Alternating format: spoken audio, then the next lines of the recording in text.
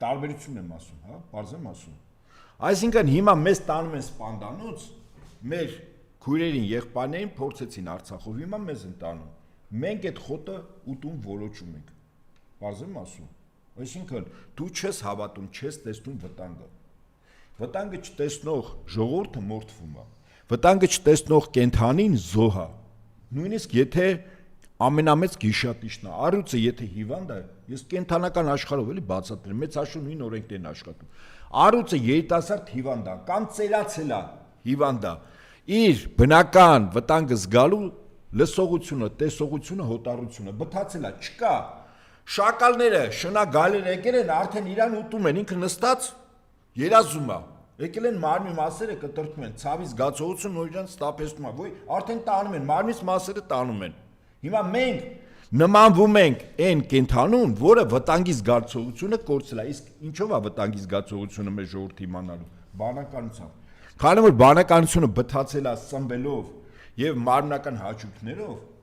մենք վտանգը չենք զգում։ Մենք չենք զգում, որ Իրանից Ռուսաստան ստրատեգիական հյուսիս-հարավ ճանապարհի վրա արևմուտքը 3 պատնեշ է դրել։ Ավելի ճիշտ 2-ը դրել է, հիմա 3-ն է դնում։ Առաջինը դա հիշում եք Գորիս-Կապան 21 կիլոմետր ճակատեն հատվածներ։ Փակեցին միջպետական ճանապարհը։ Երկրորդը Տրամպի ուղին Մեղրիով։ Հիմա երրորդը 100%-անոց արդեն Տիգրանաշենն է։ Իդեպ Տիգրանաշենի մասին որ շատ ասում են, ես ընդհանրապես մի միտք եմ ուզում ասել։ Նախիջևանի ինքնավար հանրապետությունը եւ Լեռնային Ղարաբաղի ինքնավար մարզը իրականում Ադրբեջանի հանրապետության սեփականությունը չեն։ Կարսի պայմանագրով այդ երկու տարածքները ի պահ են տրվել Ադրբեջանի հանրապետության։ Եթե իր տարածքը լինեին, կմտնեին իր տարածքի մեջ առանց ստատուսի։ Իդեպ Նախիջևանում իշխանության փոփոխությունը Ալիևը պատրաստում, որովհետև պետք է չեղարկի Ղարսի, ընդ որում Ղարսի պայմանագիրը չեղարկել է Ադրբեջանը եւ Վրաստանը։ Այդ պայմանագրի տակ նաեւ կա Հայաստան, Թուրքիա եւ Ռուսաստան ստորագրությունները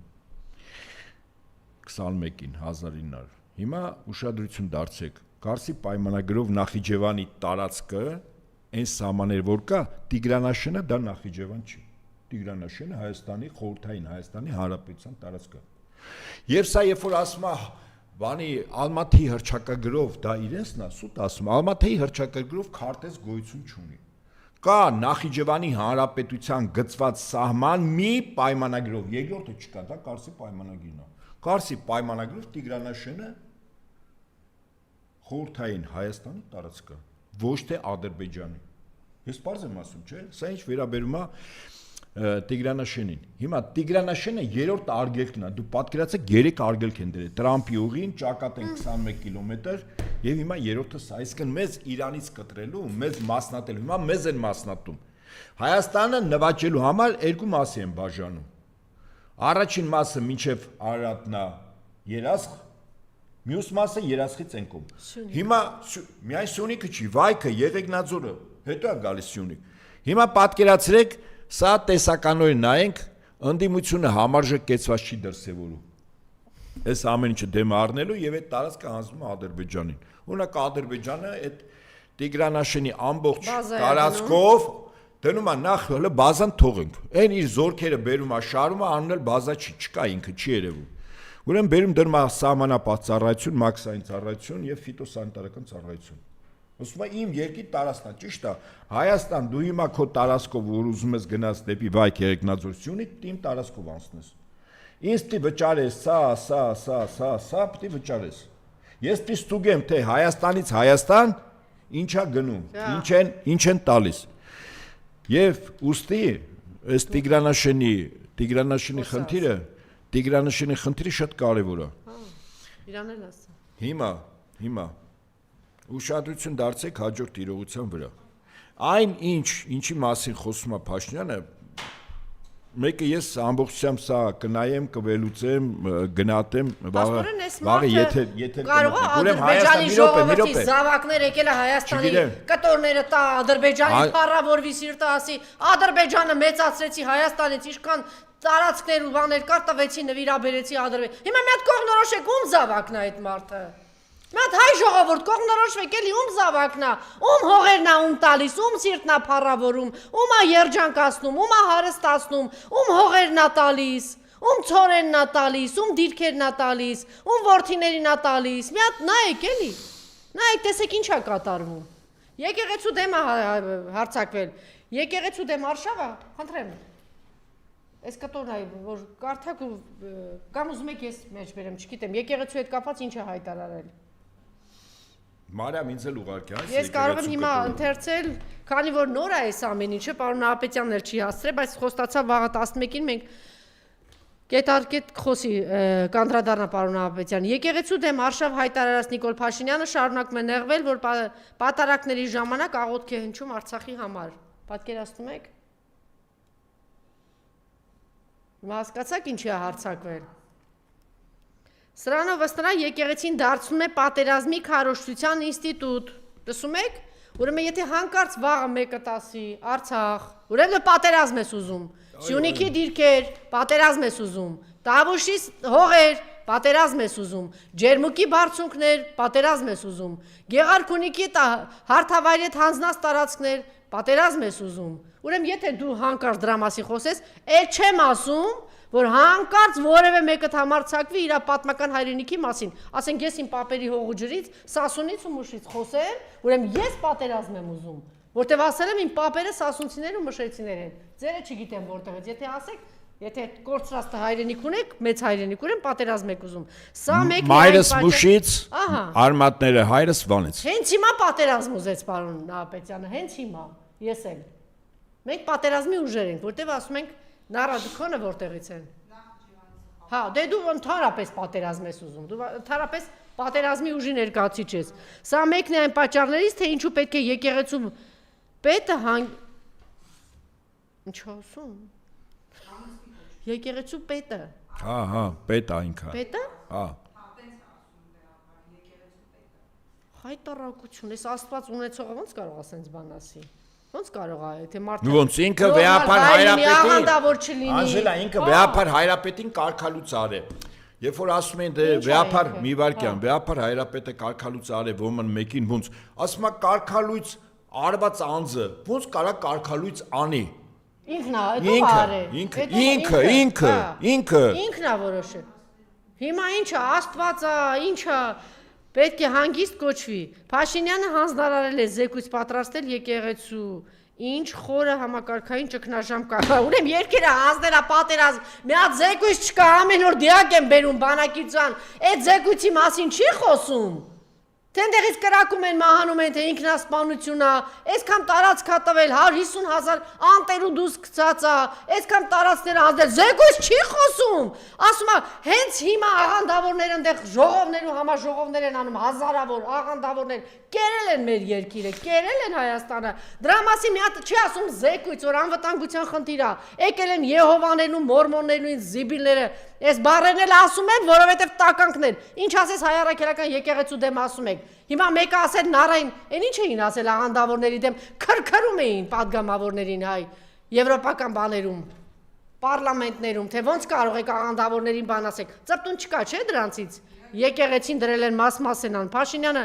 Ուրեմն նրան իդեպ երջանկացնում էր եւ վեհապար հայրապետին աշխարհի կանոնով կոչելից իրավիճակը լարվում էր, ընդդիմությունը սեղաններ հարվածում։ Դե գիտեք ինչ է ինքը երջանկանում, որտեվ այնտեղից է ծափահարում են մարդ կա, ես ասում եմ, մարդ կա, արուն պիտի լինի երջանկանա, մարդ կա պիտի մահ լինի երջանկանա, մարդ կա պիտի ինտրիգ լինի։ Օրինակ մի հատ ազգական ունենք, անverջ ինտրիգանում մեր ազգուտակը սենց խառնում է իրար։ Չեն հասկանում, ասում են ի՞նչն է պատճառը։ Դա նկարագիր է, դա տեսակ է, դա արյուն է։ Հիմա այս մարդը հաճույք է ստանում դրանից։ Ես այդ տեսարանը տեսա, սենց հրճվում է, որ այդ վիճակն է ստեղծում ինքը, որ երկու կողմը սենց լարված բանի մեջ են։ Խնդրեմ եկեղեցու դեմ ինչ է անում եւ ինչ է պատրաստում։ Վերջին սյունը հայկական։ Նախ մի վարքան բանակի մասին ասացիք, ես երկու բառ ասեմ։ Իսկ արդյոք այդ մահերը եւ այն դրվածքը ոչ կանոնադրական հարաբերությունների, որ բանակում կա, դա պատահական է։ Ես գտնում եմ պատահական չի։ Այսինքն դու ստեղծում ես մի իրավիճակ, որտեղ զորամասի հրամկազմը իրավիճակին չի տիրապետում, պարզ եմ ասում, այսինքն իր տեղում չի։ Իսկ դա կարելի է վերևից կազմակերպել պաշտպանության նախարար գլխավոր շտաբի պետ, այսինքն բարդակ ամենաթողություն, Սպաները իրենց տեղում չեն։ Զինվորները մնացել են իրենցով։ Իրենց մեջից ով է ուժեղը։ Քրեական ենթամշակույթը մտնում է արդեն կյանք եւ զինվորները սկսում են հարաբերվել այդ ենթամշակույթով, որի արդյունքը ինչ պիտի լինի, որպես հետևանք զոհեր։ Հիմա օրինակ բանակում աննախադեպ է, չէ՞, հիմա զոհերի քանակը, ինչ է կարծում, վաղը չեմ իսօրը նույն Նիկոլը, երբ որ ասում էր Արցախը բեռ է, թոք էր մեր վզին, գիտեք ինչ է ասելու։ Բանակը մեր վզին թոք է, մեզ բանակ պետք է, չեմ հասկանում։ Այսքան զոհ է լինում, հայ ժողովուրդ, չեք կարողանում ձեր զավակներին տները դաստիարակել, գալիս են բանակում, էս ինչ վիճակը։ Առայժմ մենք բանակի ինստիտուտը փակում ենք։ Ես ձեզ վստահեցնում եմ, որ ինքը դա չի ասի, ես ձեզ վստահեցնում եմ, որ թուրքերն ու ադրբեջանցիները այդ հայտարարելու ժամանակ չեն տալու, այնքան արագ են մտնելու։ Հա։ Դե ինչևէ, ես ասում եմ, հիմա քարոզչական հող է նախապատրաստում, որտեղ Հայաստանի քաղաքացին այլևս վախում է, որ իր երեխան գնա բանակ։ Շատ բնական է եւ այդ մարդուն չես կարող դու մեղադրել, ինչու ես այդպես մտածում։ Բա այսքան զոհեր, անտերություն, բարդակ եւ այլն, մարդ ասել է բանակ չեմ ուղարկում։ Բայց այդ մարդկանց մեծ մասն է Նիկոլին ընտրե։ Մեծ մասը, փոքր մասը չգիտեմ, ես ասում եմ քարոզչական ինչ հող է նախապատրաստում։ Բանակը բոբոյ է, բանակում ռազմական ինստիտուտ մի տեղի համար ես ասում եմ 94-95 թվականին մեկին 12-14 կոնկուրս ա եղել։ Վազգեն Սարգսյանի այն ժամանակ իր անվամբ չէր էլի, հետո իր դարձավ։ Հիմա նիդաբորա մարդիկ չեն ուզում գնա, մոտիվացիա չկա ծառայելու։ Բանակը ատավիզմ է դարձել, կույրաղիք է դարձել։ Բանակը ինստիտուտները փակելու երկու ձև կա։ Մեկ հրամանով փակում ես այդ ինստիտուտը, օրինակ 3 նախարարություն 2018-ին հրամանով փակեցին գյուղնախարարություն Սփյուռքը եւ մշակույթը։ Մյուսը ստեղծում ես պայմաններ, որ անտանելի է դառնում, ասում ես դե ժողովուրդ արդեն անիմաստ է, էլի։ Փակում ենք արդեն։ Բանակ ուրեմն ես ասում եմ, ես վտանգը կա, չգիտեմ երբ կհասնի, ինչ կասի։ Ես կարող եմ ուրիշ բան ասել, գնահատելով աշխարհակահաղական վիճակը։ Ես կարծում եմ, որ Փաշինյանի շրջապատը ժամանակն է ճամպրուկները կապելու։ Այդ մինչև մյուս տարի ապրիլ այդ առավելագույնն եմ ասում, որտեղ Եվրոպայում երկու կարևոր պետություն ու իշխանափոխություն ալնելու վստահաբար Ֆրանսիա եւ Գերմանիայում էլ արտահերթ։ Ես կարծում եմ, Գերմանիայում հիմա կարող արտահերթ լինի։ Նշանակում է Ուկրաինային սնուցող ոչինչ չկա, Ուկրաինայի երկինքը արդեն ամսից ավել բաց է, նշանակում է Ուկրաինան թաթիկները տնկելու է եւ Միացյալ Նահանգները համաձայնա դրա հետ։ Ուկրաինայի թեման փակվեց, դուք կտեսնեք մեր նման հանրապետություններում ղեկավարությունները, ճամպրուկները ոնց են կապելու։ Իսկապես ես էլ չէի հավատում, որ Ֆրանսիա, Եվրոպա, Գերմանիա ինչ որ բան կարող է փոխվել։ Փոխվելու է, վստահ եմ։ Գիտեք թե չէ, Զախար Պրիլեպին, որ ինքը պատերազմի մասնակից է, ամենահայտնի հեղինակն է, չգիտեմ 40 քանի լեզու թարգմանված եւ պաշտպանում է այս պատերազմը, Ռուսաստանի ինքնությունը, դեմ արևմուտքի անվերջ արտահայտվում է, մեծ կայսրության կողմնակից է եւ այլն։ Ես վերջերս տեսնում եմ մի քանի արևմտյան հեռուստաընկերություններ բաց տեքստով հարցազրույցներ են վարում եւ բաց խոսում է այս կոնֆլիկտի մասին, թե ինչ է սպասում եւ ընդհանրապես արևմուտքը իր ներկայիս գլոբալիստ ղեկավարներով ինչ աղետ է բերում եւ դա այդ ամենը հերարցակվում է գերմանական օրինակ։ Ես տեսա գերմանական երկու այդպիսի բան լրագրող շատ հայտնի կանալներով այդ ամենը հերարցակվում է, այսինքն ինչ որ բան արևմուտքում էլ է փոխվում։ Չէ, ինչ որ բան չէ, ձեզ վստահաբար եմ ասում, շուտով Գերմանիան կունենա եւ Ֆրանսիան մյուս տարվա